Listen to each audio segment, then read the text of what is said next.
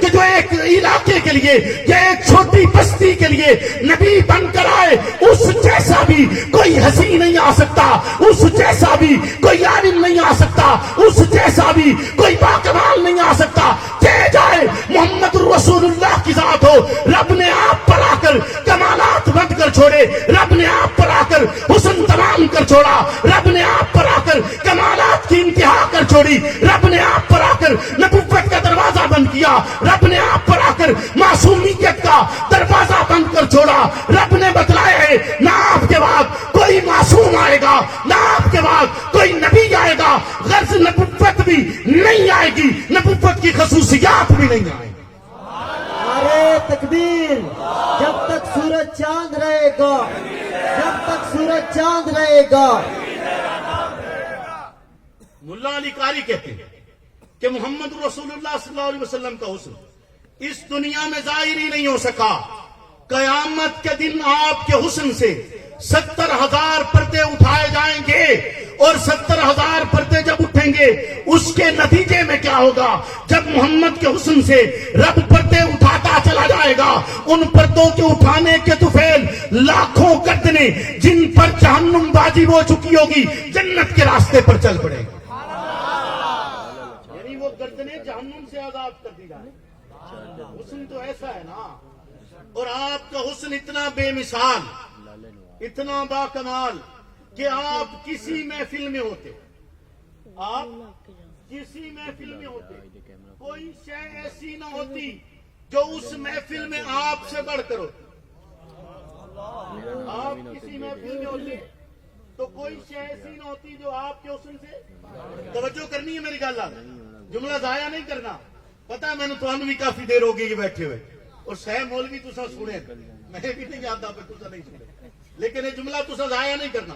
گل پلے بنسو، بولو ہاتھ کھڑا کر کے دسو، جاگتے پہ ہو نا بھائی، کرسی والے بھی جاگتے پہ ہو، انجے گل ہے، جملہ ضائع تو نہیں کریں گے، پکی بات ہے، بتلا دوں، بولیے نا کہ کوئی شے ایسی نہیں ہوتی تھی جب رسول اللہ حضرت محمد رسول اللہ موجود ہوتے، کوئی شے ایسی نہیں جو آپ سے بڑھ کر حسین محسوس ہو، کوئی شے، بولیے نا، افراد ساتھ چل رہے ہوتے، کسی کا قد لمبا ہے کسی کا چھوٹا ہے، لیکن جب رسول اللہ کے ہمراہ چلتے کسی کا قد آپ سے بڑا محسوس نہ ہوتا، کسی کا قد آپ سے بڑا محسوس نہ ہوتا۔ آپ محفل میں بیٹھے ہوتے، لوگوں کے وجود پر مکھی بیٹھتی، آپ کے وجود پر مکھی نہیں بیٹھتی تھی۔ آپ کے وجود پر، بس یہ جملہ یاد رکھنا ہے کہ وجود پر مکھی نہیں بیٹھتی تھی۔ آپ چلتے، آپ کا سایہ نہ بنتا، سایہ نہ بنتا۔ دو روایات ہیں، ایک روایت یہ کہتی ہے کہ آپ کا سایہ تھا، ایک روایت کہتی ہے سایہ نہیں تھا۔ علماء نے اس کو تطبیق یوں دی کہ جب آپ اپنوں میں ہوتے سایہ ہوتا، جب غیروں کے یعنی راستے پہ چل رہے ہوتے غیر بھی آ جا رہے ہوتے تب سایہ نہ ہوتا، تاکہ کسی بدبخت کا قدم آپ کے سائے پر بھی نہ پڑے۔ بولے نا، آپ کے سائے پر بھی کسی بدبخت کا قدم نہ پڑے، کیونکہ جو خوش بخت ہے وہ آپ کے سائے کا بھی احترام کرتا ہے۔ جو خوش بخت ہے وہ آپ کے سائے کا بھی، آپ کے عکس کا بھی، اور یہ آپ کے عکس کا بھی احترام کرتا ہے۔ آپ جس محفل میں ہوتے اس محفل میں آپ سے بڑھ کر کوئی اور شے حسین محسوس نہ ہوتی۔ چاند نکلا ہوا تھا، ابو ہریرہ دیکھ کر کہتے ہیں کہ تو سونا نہ اے سونا ہے۔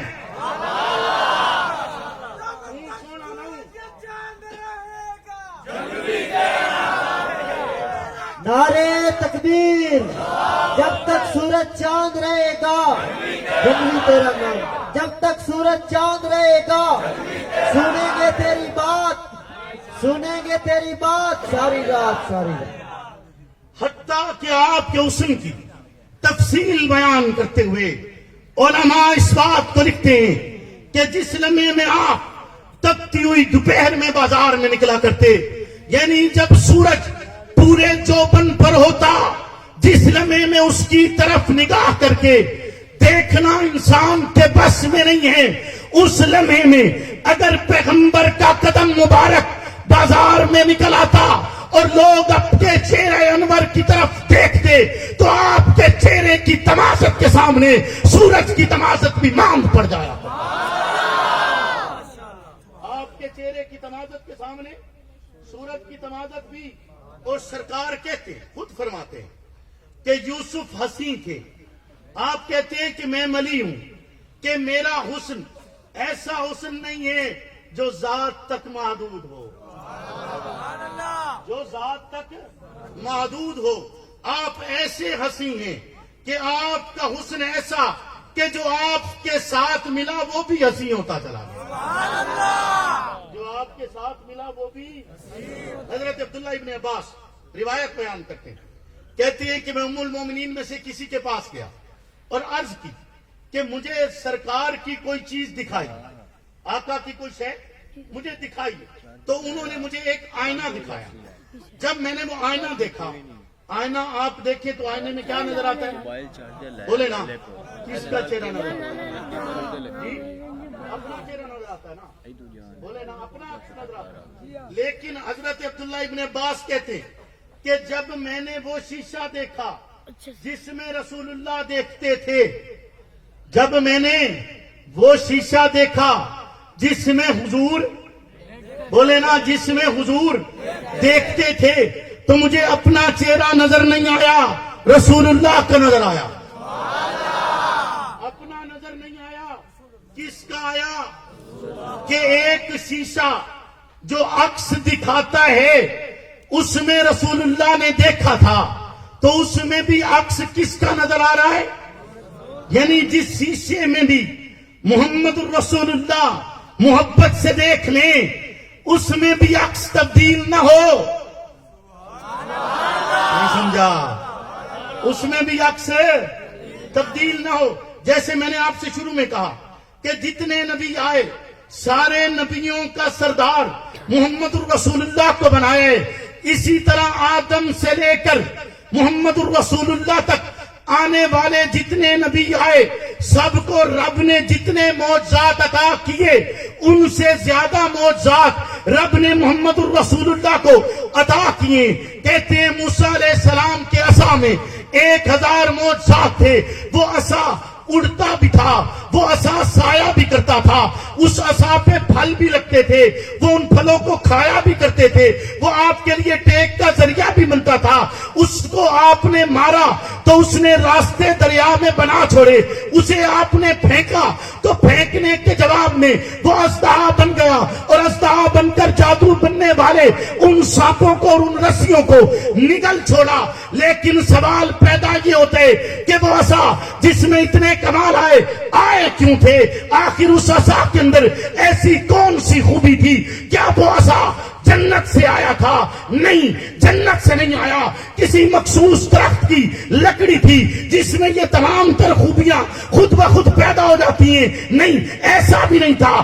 وجہ یہ تھی کہ وہ عصا موسیٰ علیہ السلام کے ہاتھ میں تھا، نسبت پیغمبر کی بدولت رب نے کہہ چھوڑا موسیٰ جو تیرے ہاتھ میں ہے اسی کو پھینک چھوڑ، جو کہ یہ تیرے ہاتھ میں ہے تو اس کو پکڑ کر سہارا لیتے۔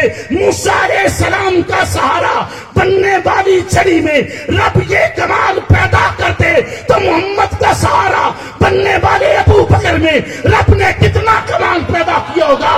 محمد کا سہارا بننے والے عمر میں رب نے کتنا کمال پیدا کیا ہوگا؟ محمد کے لیے اپنا مال لٹانے والے عثمان میں رب نے کتنا کمال پیدا کیا ہوگا؟ محمد کے لیے اپنا ہاتھ بلند کر کے سارے قبیلے کے درمیان اعلان کرنے والے علی میں رب نے کتنا کمال پیدا کیا ہوگا؟ اگر موسیٰ علیہ السلام کا عصا اتنی نسبت رکھنے کی وجہ سے اتنا با کمال ہے تو محمد رسول اللہ کی تربیت کے نتیجے میں بننے والی جماعت کتنی با کمال ہوگی؟ تکبیر، تاج و تخت ختم نبوت، عظمت صحابہ، شان سیدنا صدیق اکبر، شہدائے ناموس صحابہ. اور پھر یہ بھی بتلاتے ہیں علماء کہ قیامت کے قریب زمین سے ایک جانور نکلے گا، اس کے ایک ہاتھ میں عصائے موسیٰ ہوگا، دوسرے ہاتھ میں سلیمان علیہ السلام کی انگوٹھی ہوگی. وہ چلتا جائے گا، خوش بخت اور بدبخت پر نشان لگتے چلے جائیں گے اور عصائے موسیٰ سے نشان لگایا جائے گا. حضرت سلیمان علیہ السلام کی انگوٹھی سے نشان لگایا جائے گا. سلیمان علیہ السلام کی انگوٹھی خوش بختی اور بدبختی میں فرق کرتی ہے اور آج بھی کرتی ہے، قیامت کے قریب بھی کرے گی. موسیٰ علیہ السلام کا عصا خوش بختی اور بدبختی میں فرق کرنے والا ہے، آج بھی کرتا ہے، قیامت کے قریب بھی کرے گا. قیامت تک نہ موسیٰ کا عصا بدلا، نہ سلیمان علیہ السلام کی انگوٹھی بدلی. نہ سلیمان کی انگوٹھی جنت سے آئی تھی، نہ موسیٰ کا عصا جنت سے آیا تھا، لیکن نسبت پیغمبر کی بدولت اس میں اتنا کمال پیدا ہوا ہے تو جو آئے ہی جنت سے تھے، جو آئے ہی، بولیے نا، جو آئے ہی جنت سے تھے، آئے ہی. بولیے ابو بکر عمر جنت سے نہیں آئے؟ جی جنت سے نہیں آئے. ابھی حضرت فرما رہے تھے کہ پہنچی وہیں پہ خواب جہاں کا خمیر تھا. بولیے نا، پہنچی وہیں پہ خواب جہاں کا خمیر تھا. ابو بکر عمر جنت میں نہیں گئے، وہیں جانا ہوتا ہے نا جہاں سے خمیر اٹھایا جاتا ہے. بولیے نا، کائنات کے سب سے اعلیٰ ترین فرد کا خمیر رب نے جہاں سے اٹھایا وہیں سے ابو بکر عمر کا اٹھایا. بولیے نا، وہیں سے خمیر ابو بکر عمر کا اٹھایا. میں نے جو اتنی تفصیل آپ کو بتلائی ہے، پیغمبر کی جو نسبت بتلائی ہے، پیغمبر کا جو کمال بتلایا ہے، اس بتلانے کا مقصد یہ ہے کہ اتنا با کمال پیغمبر جب آ جائے پھر کسی اور نبی کی ضرورت باقی نہیں بچتی. پھر کسی اور نبی کی ضرورت باقی نہیں بچتی. جب تک ضرورت تھی رب نبی بھیجتا رہا. بولیے نا، جب ضرورت ختم ہوئی تو رحمت للعالمین بنا کہ بس اب بات ختم ہو گئی. اب اس کے بعد کوئی اور، اس کے بعد کوئی اور. بولیے نا، میں نے آپ سے ایک بات کی تھی کہ ایک جملہ آپ نے یاد رکھنا ہے. کون سا تھا؟ جی ہاں، کہ حضور کی ذات پر، آپ کے وجود پر رب مکھی کو بیٹھنے کی اجازت نہیں دیتا. کیوں نہیں دیتا؟ کیونکہ مکھی کو تمیز نہیں ہے. وہ اچھائی پر بھی بیٹھتی ہے اور برائی پر بھی بیٹھتی ہے. جسے اچھائی اور برائی کی تمیز نہ ہو رب اسے محمد کے قریب نہیں آنے دیتا. جسے اچھائی اور برائی کی تمیز نہ ہو اسے رب محمد کے قریب اور قیامت تک نہیں آنے دے گا. قیامت تک جو خودوں کو پوچھتے ہیں رب چاہے تو ایمان نہیں لا سکتے. بولے نا، رب چاہے تو ایمان نہیں لا سکتے. رب چاہتا تو اس زمانے میں جتنے کافر تھے سب ایمان نہ لے آتے. نہیں لائے. کیوں نہیں لائے؟ کیوں نہیں لائے؟ حتیٰ کہ پیغمبر سے رب نے کہا لعلک باخع النفس، اے پیغمبر آپ اپنی جان کے درپے ہو گئے.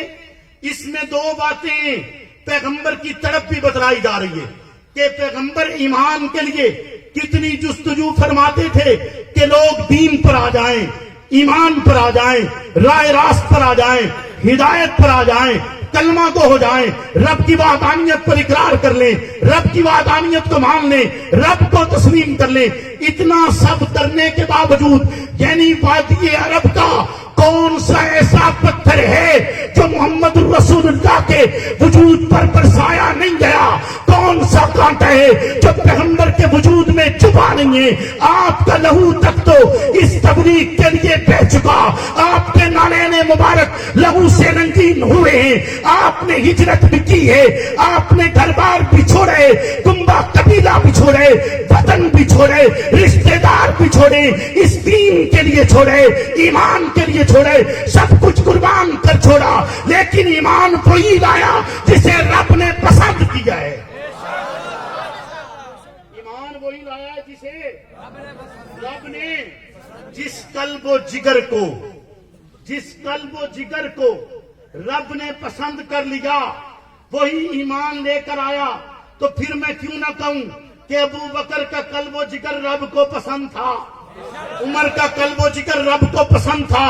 1,44,000 کم و بیش وہ مقدس نفوس جن کی تربیت محمد رسول اللہ نے کی اور لگاتار کی, بغیر وقفے کے کی, مسلسل کی, اور ایسی بے مثال جماعت بنا چھوڑا کہ انہیں امت کا ہادی کہا جاتے, انہیں امت کا مہدی کہا جاتے, انہیں امت کا راہبر کہا جاتے, انہیں امت کا رہنما کہا جاتے, انہیں اولئک هم المفلحون کہا جاتے, انہیں اولئک هم الصادقون کہا جاتے, انہیں اولئک هم الشہداء کہا جاتے, انہیں انعمت علیہم کا مصداق کہا جاتے. انہیں بتلایا جاتا ہے کہ تم وہ ہو جن کو رب نے رضی اللہ کے لقب سے پکارا ہے, تم وہ ہو جن کے لیے رب نے رضاعت کا اعلان کیے, جن کے لیے رب نے جنت کا وعدہ کیے. وہ افراد, وہ مقدس ترین جماعت. میں کہنا چاہتا ہوں آج کے اس سٹیج سے, جس سٹیج کا مقصد یہی ہے عقیدے کو محفوظ کیا جائے, عقیدے کا دفاع کیا جائے, عقیدے کو مضبوط کیا جائے, عقیدے کو پھیلایا جائے. جہاں پر عقیدے کی بات آتی ہے یہ سٹیج اس انداز سے ایک نمائندہ سٹیج سمجھا جاتا ہے. میں آپ سے کہنا چاہتا ہوں کہ کس طرح رب کی وعدانیت پر ایمان رکھنا ضروری ہے, جنت اور جہنم کے ہونے پر ایمان رکھنا ضروری ہے, اچھی بری تقدیر پر ایمان رکھنا ضروری ہے, جس طرح انبیاء پر ایمان رکھنا ضروری ہے, آسمانی کتب پر ایمان رکھنا ضروری ہے, محمد الرسول اللہ کی نبوت پر, آپ کے آخری رسول ہونے پر, آپ کے خاتم النبیین ہونے پر, آپ کے خاتم المرسلین ہونے پر, آپ کے خاتم المعصومین ہونے پر ایمان رکھنا ضروری ہے. اسی طرح پیغمبر کی محنت پر بھی ایمان رکھنا ضروری ہے, محنت کو تسلیم کرنا بھی ضروری ہے, اور محنت کے خلاف آواز اٹھنے والی آواز بھی اسی طرح دبانا ضروری ہے جیسے ختم نبوت کے انکار کرنے والے کا گلا دبانا ضروری ہے.